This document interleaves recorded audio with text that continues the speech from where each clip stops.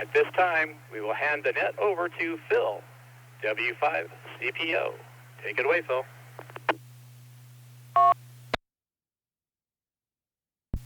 Good evening, everybody. This is W5 CPO. My name's Phil.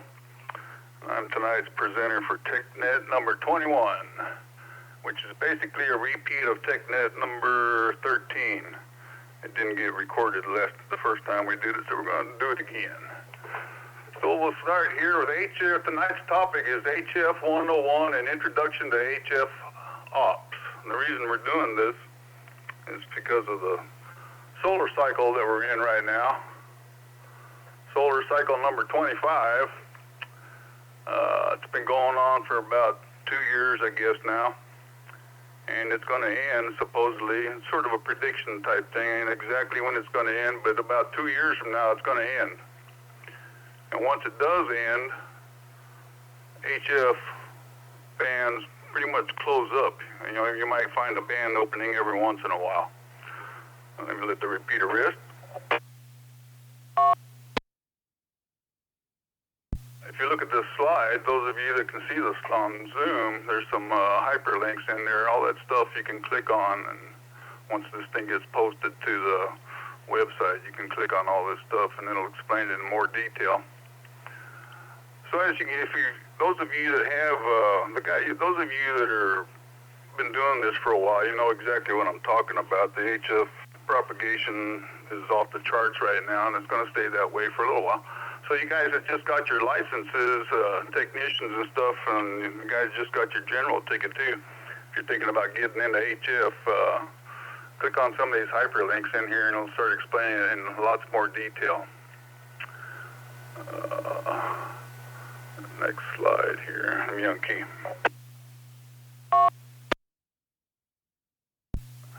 Here's a copy of the band plan for all the HF. All the bands are in here, but the HF bands you can see starting with at the bottom down there, 160 meters. Not too many radios do 630 or 222 meters, but 160 meters up to maybe 6 meters on most of your today's HF rigs. And that's color-coded in there. The red in the band plan is mostly RIDI and data. Green is phone and image. That hash mark or X's or whatever, CW only. And some sideband in there for yellow. You can see the guys that are technicians, there's 28.300 to 28.500 is the open area of the phone area of the band that technicians can get in there on. So it's open to all technicians there, Yankee.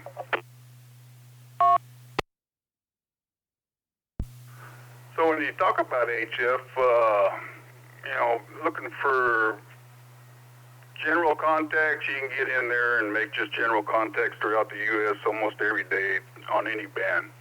If you're looking to do DX, that's what I'm into anyways. You gotta have a band opening and utilize that band opening. You'll find out, like when we do POTA, sometimes we got band openings on all the bands, and sometimes we got one band that might be open, and sometimes 20 meters ain't even open all that great on that weekend. I can't predict that, but it'd be cool if you could. Let's see, next slide. All right, calling CQ and starting a QSO. Find a clear frequency. Remember, you want to be at least 3 kilohertz away from another signal out there. 3 kilohertz, either side. If you're doing sideband, either side, upper sideband, lower sideband, 3 kilohertz. Listen for a few minutes.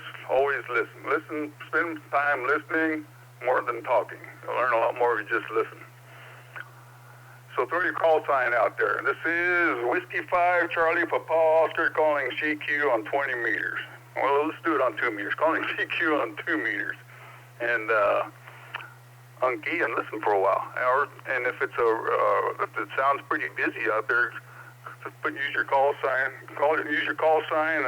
Throw it out there. Call CQ. This is Whiskey 5 Charlie Papa Oscar calling CQ on 20 meters on 14.235 megahertz. Standing by for anybody, anywhere, any station. Call now. You know.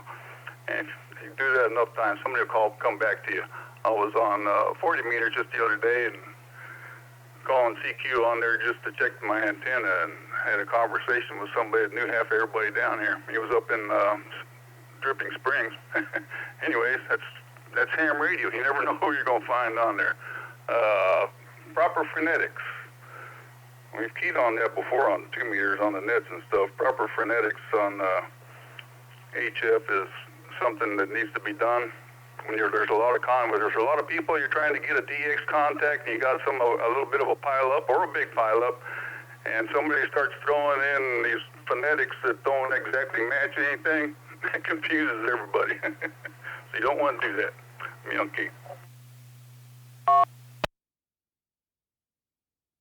So you throw your call sign out there, and somebody comes back to you. Have a piece of paper and a pen handy. You want to start writing down call signs and their name, because they're going to start asking you questions: where you at, what kind of radio you got, what kind of antenna you got, and that's usually what goes on when you make a contact on HF. Signal report and detail of what kind of communication equipment you got. And if you do throw your call sign out there, you're trying to find an open band, and somebody comes back, just say thanks. I'll move on. Go find another frequency. It's that easy. So, having your paper and pen handy, first thing you're going to hear is their call sign, their name. You should have CRHRC open so you can look them up. If you got your computer on, you got your logbook open, you should have CRHRC open too, so you can look them up, see where they're at, and find out some stuff about them. So you got a little something to talk about instead of just saying hi and bye. Let's see here. Logging software. CRHRC, I mentioned that. N3FJB, probably the best logging software out there. LOTW, that's the logbook of the world. You need to use LOTW if you're going to log your DX contacts, because that goes towards your count for DXCC on one band or all the bands, whichever you're trying to work. I'm young G.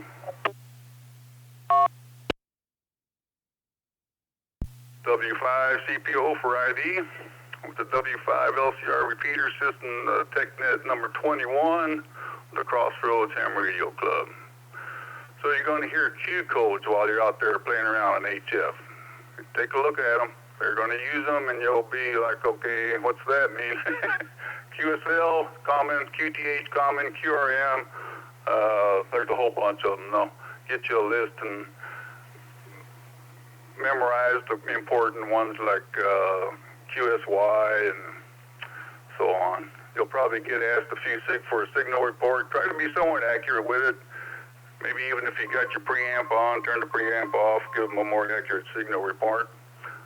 The best signal report you can get is a 5.9, and it goes down from there. What's the 5.9? The 5 is the audio, and the 9 is the actual signal. So if it's nice and clear, 5. The 9 is the S units on your meter, S meter. Anything above that doesn't really matter. Audio quality, and signal strength. If you're doing CW, add one more in there. This might sound like a lot of stuff to try to remember, but spend some time on there and it'll become second nature. It's a lot like doing the Thursday night nets or doing that logger. It might be hard the first time, but after that it starts getting pretty easy. Let me break here.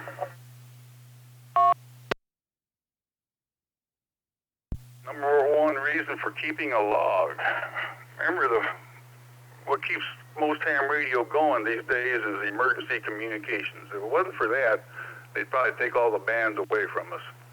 There may become a day where you become emergency traffic, where you have to handle emergency traffic over the repeaters or on HF.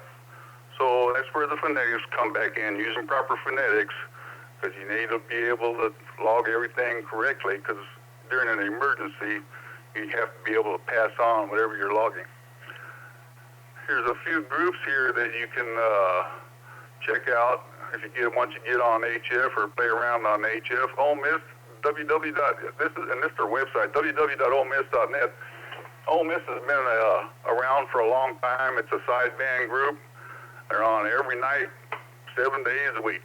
They're on HF from 80 meters up to 10 meters. On 10 meters on weekends, they do all 5 bands, and you can work 5 bands in one weekend. one of their contest things that they do. Tailgaters.net is another one, 33.916 megahertz. There's you get on there in the evenings. They've got a trivia game going on there, I think around 8 o'clock in the evening, maybe around 7 or so. And it's every night. And there's a whole bunch of nets that happen on that one frequency right there that last start around 6 o'clock in the evening and go from there. You can spend all night on that net or on that frequency. Check out all the nets and look at, on Thursday nights when you get on NetLogger, look at how many nets are going on at the same time. There could be as many as 35 nets on a Thursday night at the same time we're starting our net. Not all of them are 2 meters. They're HF and everything in between. Let's see here, next slide.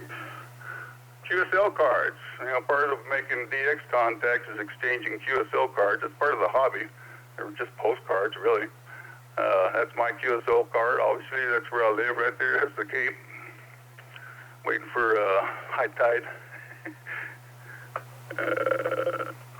There's the back of my QSL card. The important stuff. Your name, who you made the contact with. Let's see here. Who you made contact with, the day, month, the year, the time, UTC, always UTC, what band you're on, what mode you were using, RST, that's your signal report, and the QSL. If you're sending, you can check that and include an envelope and all that stuff with it. And you can get these made. I think you can get about, I think I got 300 of them for $75 or something like that. Okay.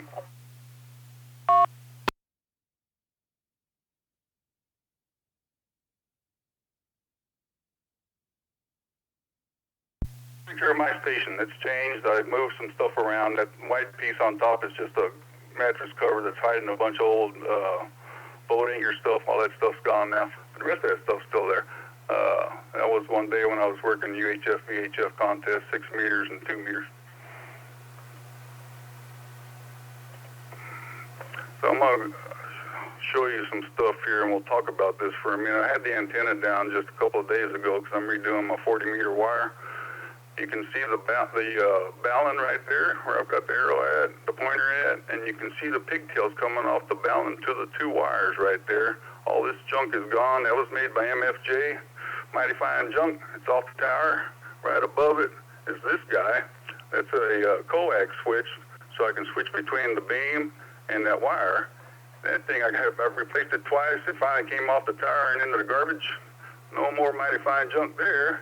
This is one of my homemade traps here. Works pretty good. Mighty fine junk made by me. I can reuse that. Let's see what else we got here. And that's it. That's it for the slideshow. There's one more thing I'm going to talk about here. For you guys that don't have an HF radio, the cheapest way to get on HF and just listen, if you don't know exactly what you want to get into, is to get you an SDR. And one of these SDR plays, or you can buy a cheaper one off of Amazon. These things go from 1 kilohertz up to 2 gigahertz and everything in between. They come with a really amazing software package. You can listen to everything. You can't talk on it. It's just a receiver. But they're for say $150, maybe $200, you can buy one of these, the coax or the wire, to connect you a wire antenna to it and listen to everything.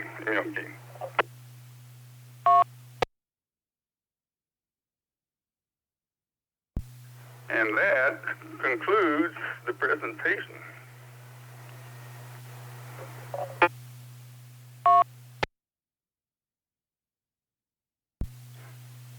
This is Scott, N7FGP on the W5LCR repeater system with the Crossroads Ham Radio Club's monthly Tech Net session. Well, we'd like to give a big thanks to Phil W5CPO for his presentation. And at this time, we're going to open the net for any tech questions or comments specific to tonight's presentation. We'll take a few call signs at a time and then call on each of you for your questions or comments. Anyone with a question or comment regarding the presentation, please give us your call sign twice, slowly and phonetically, followed by your name. Go ahead.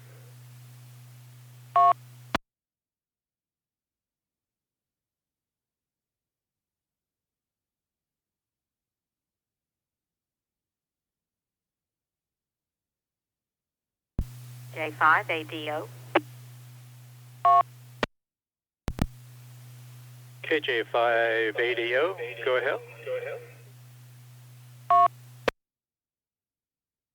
So, Phil, for somebody who was just starting out, do you recommend any type of antenna that's maybe easy to deploy at a house and doesn't cost a lot of money?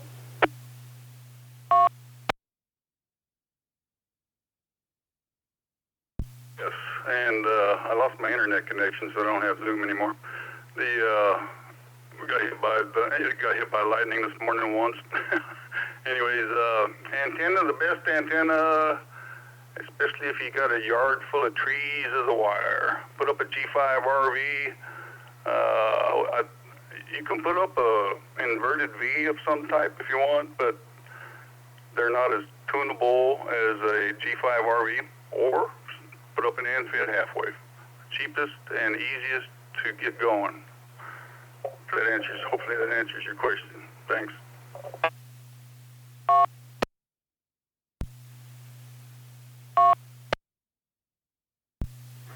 Cool. Brenda, did that answer your question? I'm sorry, I keep watching you on Zoom and trying to talk over you. Yes, it did. And we have a couple of questions in the Zoom chat, too. So let me go ahead and do those. Let's see. Gary, N5GBR asks, what is the software that Phil recommended?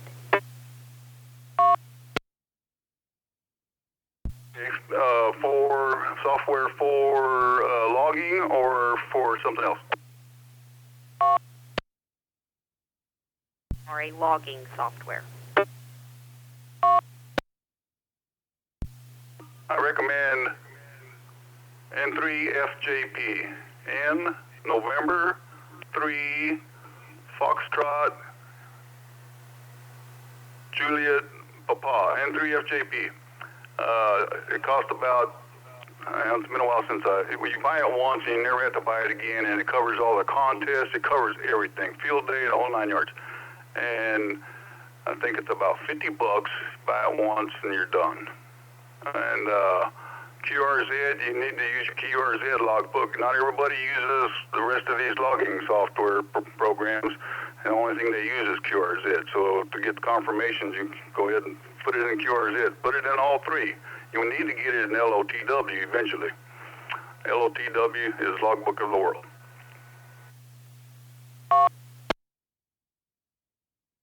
Gary says thanks. I think that answered his question.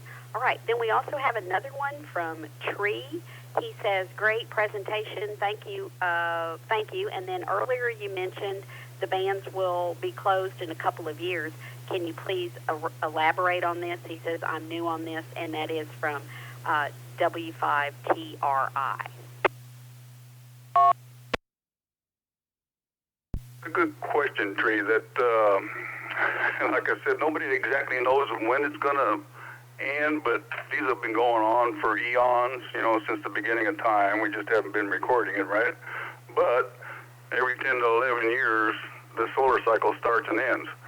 And they normally last around 3.5, 4.5 years, somewhere in there. The propagation comes in slow, and then it comes up to a climax, and then it goes back down to nothing again. And then you have to wait around for band openings. And then you don't know which band it is. The prediction stuff that they show on ARRL for the band openings, it's sort of useless when the bands are closed, because everything's closed. Anyways, the thing to do to check for band openings is look at the space weather readout on ARRL, and that'll give you all the details on what's open and what's not open, what the maximum usable frequency is, and all that good stuff. And also look at spaceweather.com. It's a good place to get information too.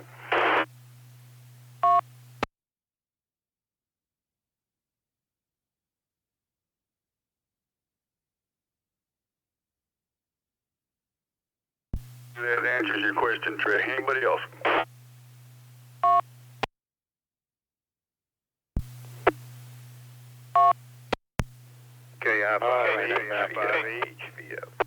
I'm back here again. Let's see. This is Scott N7FGP on the W5 LCR repeater system with the Crossroads Ham Radio Club's monthly Tech Net session. Any more questions for Phil? Give me the call sign twice, slowly and phonetically, followed by your name. Questions on the presentation right now. Go ahead. Kilo Juliet 5, Hotel Yankee X-Ray. Kilo Juliet 5, Hotel Yankee X-Ray. Gary.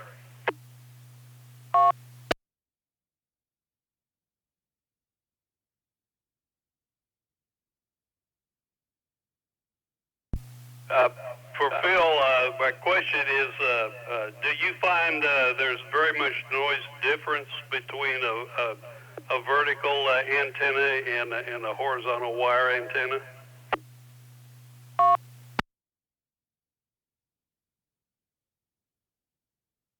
Good question. And normally, I've got both. I don't have both for all the bands, but I've got a horizontal antenna. I've got a beam for 20 meters up to through 6 meters, and I've got a wire for 40 meters and 80 meters. And just putting up the wire the other day, when I turned the radio on and checking the match and all that stuff, I was really surprised at how quiet 40 meters was when I turned the radio on. But that was like 9 or 10 o'clock in the morning, and then by 2 o'clock in the afternoon, it was just, S9, S10 noise level.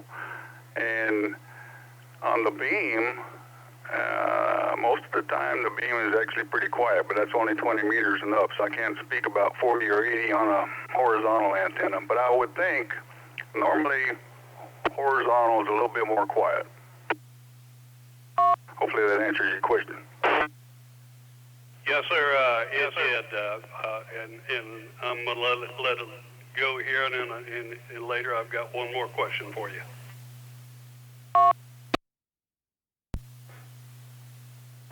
Let's see. There's a question that came in from Bill number 9, and he would like to know, how does the current solar cycle number 25 compare to previous cycles? And do you have any thoughts on that, Phil? Back to you.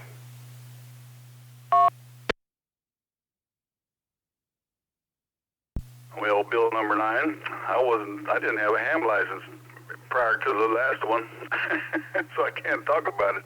I do know the guys that I know that are around here that have been doing this for, since the 60s and 50s, that there was one a long time ago, like in the 60s, that was just every band was open all day, all night. It went on for a couple of years. You could talk around the planet whenever you wanted to on just about anything. And of course, back then there wasn't a lot of noise. There's a lot of noise on the bands now because you got all this electronic gear running all the time, all over the place.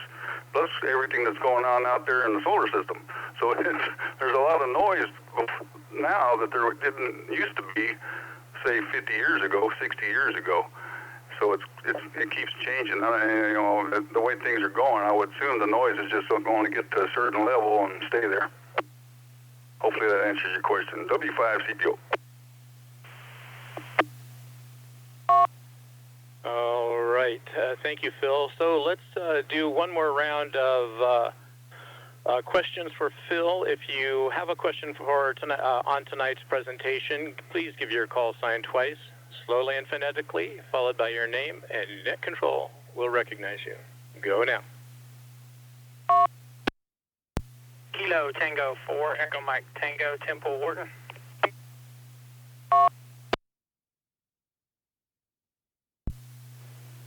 Kilo India 5, Hotel Victor. Kilo India 5, Hotel Victor Foxtrot.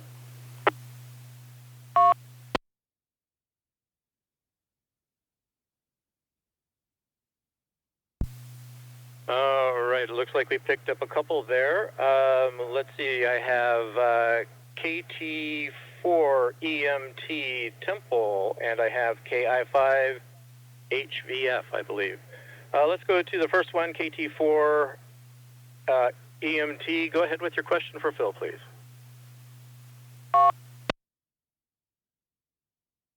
Yes, this is KT4 EMT Temple Wharton currently.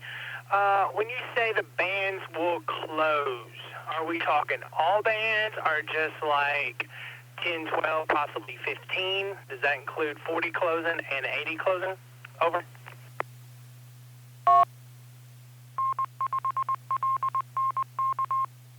Well, what's going to happen is the upper bands will close. When 3 years ago, when I got on HF, maybe about exactly 3 years ago, the 10 meters, 15, 12, 17, 20 meters was open. Wasn't a bunch going on 20 meters, but I guess 40 meters and 80 meters, in the morning and at night and in the evenings would be open, but during the day there'd just be so much noise there wouldn't be anybody on them. And it's that way now, but no DX. So as the bands open, you can talk further. That's the whole point. As the bands open up with the solar cycle, you can talk longer, farther away. Your signal is going to go further and further and further, the better the propagation gets. And as the bands close, the propagation goes away, so your signal is not going to propagate that far anymore. It's just going to be, you'd be lucky to talk 500 miles at some times when there's no propagation. Sort of like 2 meters. You guys notice on Thursday night nets, sometimes the band's open on 2 meters, and we get all these different, you can hear all these different repeaters from around the area that aren't part of the linked repeater system. That's because of propagation. They're further out there, but we're hearing them because of propagation. Anyways, propagation, we can talk about propagation for the rest of the night, but I got a whole book on it here we can talk about, we can read it. Anyways, that's my answer, and I'm sticking to it. 35 CPO.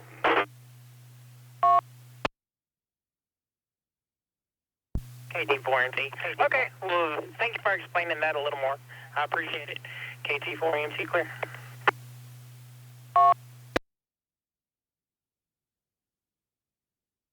All right, thank you for that.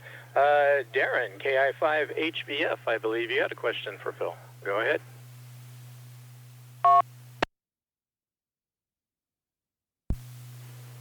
Yeah, Phil, you said you threw your mighty fine junk antenna switcher in the garbage. I was wondering what you currently use to switch between your different antennas. KI5HBF, back to net.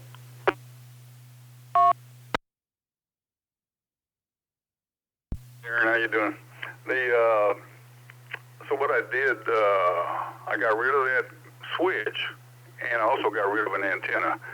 And one of them slides there, it's hard to see, but there's a 15-element 2-meter beam at the top of the mast there. I got rid of that antenna and went straight with just two antennas and 2 coaxes, and no more switches whatsoever. The only thing in line on my coax now are static suppressors or lightning arresters. Back to you. 25 PBM. All right, Darren, that helped answer your question there. And I believe there was another station that had a comment, maybe KB5 PBM. Go ahead. Yeah, Phil, thanks for doing Tech Net. It's been a great one. How much power do you use? Do you use 5 watts, 10 watts, 100 watts, 1,000 watts? What's your suggestion on the amount of power?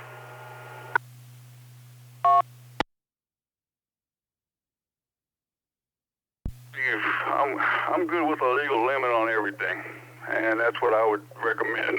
The more if you can run 1,500 watts, it works better than anything else out there. Antenna, and then once you get your antenna, run some fire through the wire. Back to you.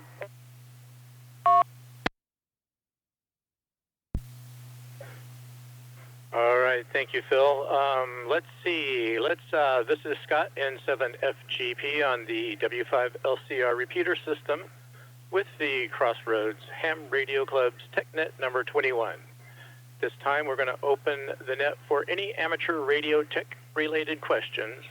We'll take a few call signs at a time and then come back and call on each of you for your question. So anyone with a tech-related question, please give your call sign twice, slowly and phonetically, followed by your name.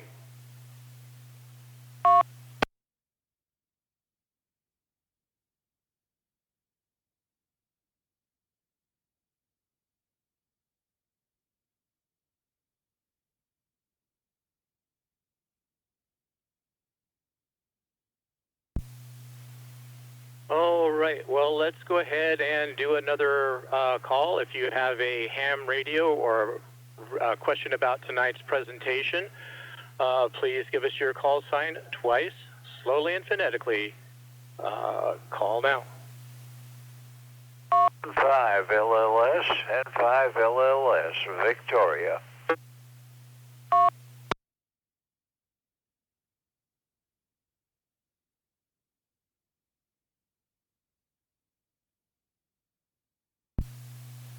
Okay, it sounds like I got one there.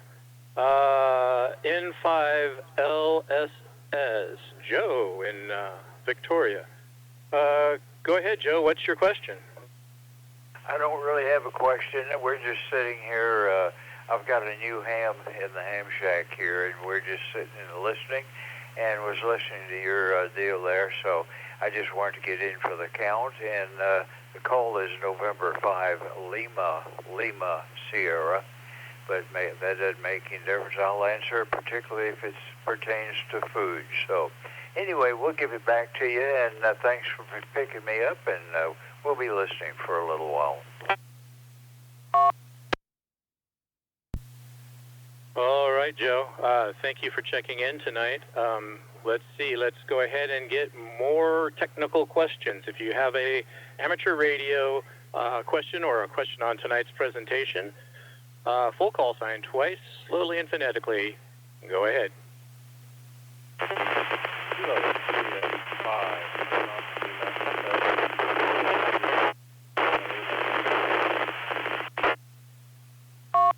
Okay, let's hold it up there just a second. That last station, I think I got Kilo India 5, but you were pretty broken. Can you maybe crank up your power, or maybe orient your antenna a little in a different spot and try again?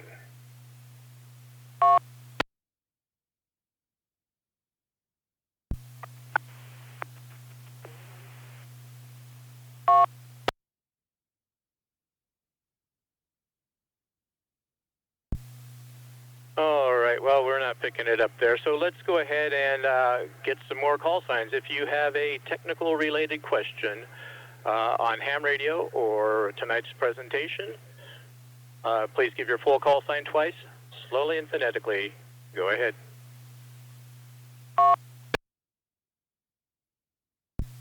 Gary, N5 GBR, has another question.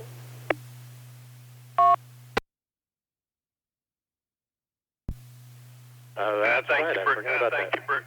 Go ahead, Gary, with your question. Okay, thank you, Brenda. Yes, my question is, this is Kilo Juliet 5HYX. My question is regarding antenna mast material. I'm impressed with the carbon fiber masts because of their lightweight and strength.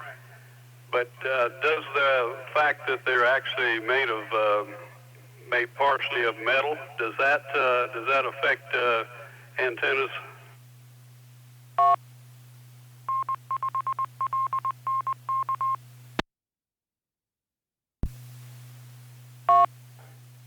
All right, you're asking about carbon fiber masts and if there's metal in it, if it affects the antennas. Let's see, is there anybody out there that can give Gary an answer? Come back with your call sign twice, please, slowly and phonetically.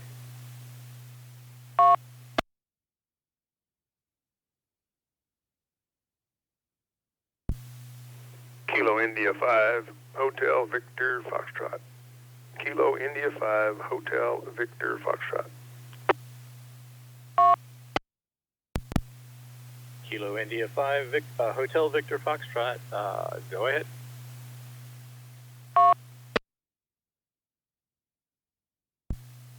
Well, I'm I'm just going off of what's in my head. I don't have no fact behind this, but since a typical mast or typical tower or mast, whatever, is made out of metal or aluminum or steel of some kind, I wouldn't think that the carbon fiber would have any effect on the antenna at all. KI5 HVF, back to net. Okay, I appreciate that, and it just always puzzled me for example, if you, let's say you were erecting an inverted V, and you had your feed point at the bottom of the carbon fiber mast, obviously that portion of the radiator would be pretty close to the carbon fiber, and I was just worried that signal might jump through there and seek a point to ground through the carbon material. Well, Gary, what I've found on the internet was that it can cause the radiating elements of the antenna to detune the antenna. So that can be an issue, it looks like. But there are better options out there like fiberglass. Anyhow, did that answer your question, or does anybody else have a better answer for Gary than I do?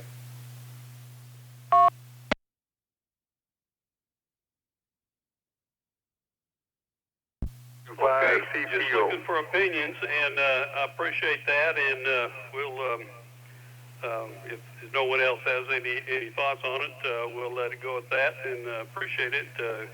Kilo Juliet 5, Hotel Yankee X-ray, clear. All right, there was a bit of a double there at the beginning. Other station, come back with your call sign, please. W5CPO. Phil. Okay, Phil, go ahead. I think I would stay away from a graphite mast. When you start to screw the screws down on the clamps for the antenna or the rotor and all that stuff, it's going to crack or it's going to pierce it, which would cause a crack, and it's going to cause all kinds of problems. Stick with Schedule 40 2-inch aluminum. Be better off. Just a tip.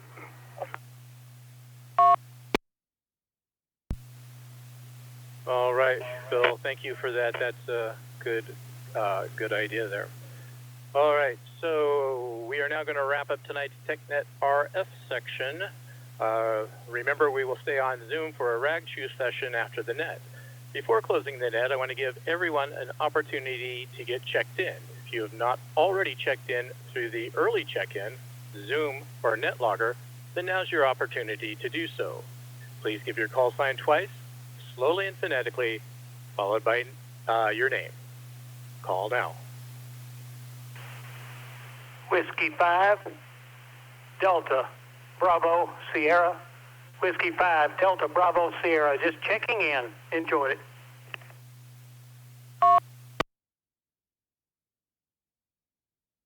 Whiskey Echo 5, Delta, India, Charlie. Whiskey Echo 5, Delta, India, Charlie, West in Houston. Thank you.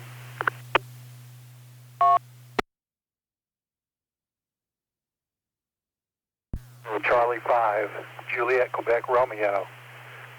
Kilo Charlie 5, Juliet, Quebec, Romeo. Steve in Rockport, checking in.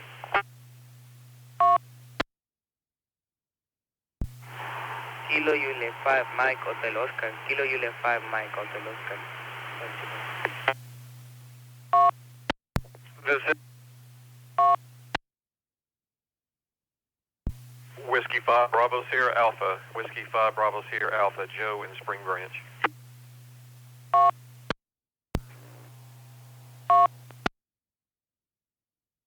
A5 GSS, Kilo Alpha 5, Gulf Sierra Sierra, Shane and Beaumont. This is Kilo Juliet Lima Whiskey Foxtrot, Kilo Juliet 5, Lima Whiskey Foxtrot, Julian, Houston, Texas.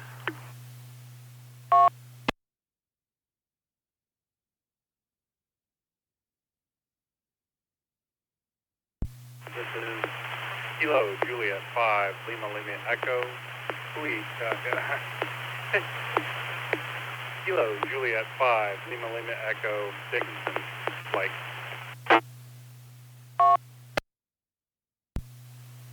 Alrighty then, let's see, I've got a little list there. Let's see, if you would like to check in to tonight's Tech Net number 21, go ahead and give me your full call sign twice, slowly and phonetically.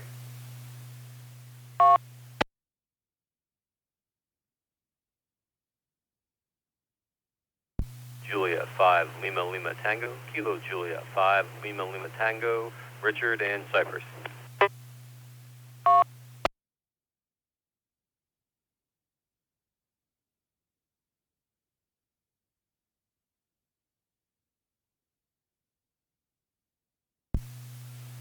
Alrighty then, it looks like we have come to the end of tonight's net. I want to thank everyone that participated in TechNet number 21.